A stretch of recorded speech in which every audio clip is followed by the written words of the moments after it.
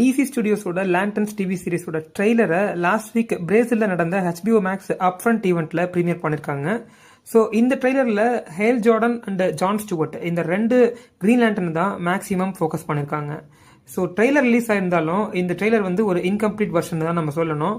Because இதில் நிறைய CGI and VFX works pending இருக்குன்ற மாதிரியும் ரிப்போர்ட்ஸ் கிடைச்சிருக்கு.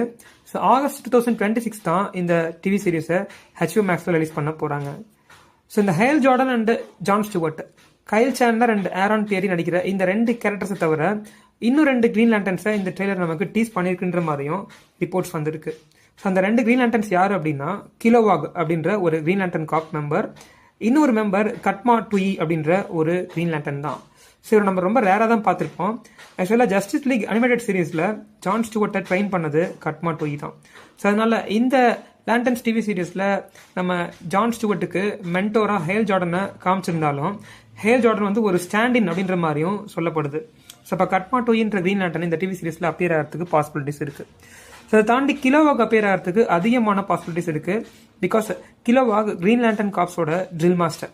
ஸோ 2011 வந்த க்ரீன் லேண்டன் மூவியில் ஹேல் ஜார்டனை நம்ம கிலோவாக் தான் ட்ரெயின் பண்ணியிருப்பாரு, ஒரு மென்டோர்ஷிப் ரோல் எடுத்து பண்ணியிருப்பாரு. ஸோ அதே மாதிரியான ஒரு ரோலை இந்த டிவி சீரீஸில் கிலோவாக் கேரக்டருக்கு கொடுக்கறதுக்கும் பாசிபிலிட்டிஸ் இருக்குது.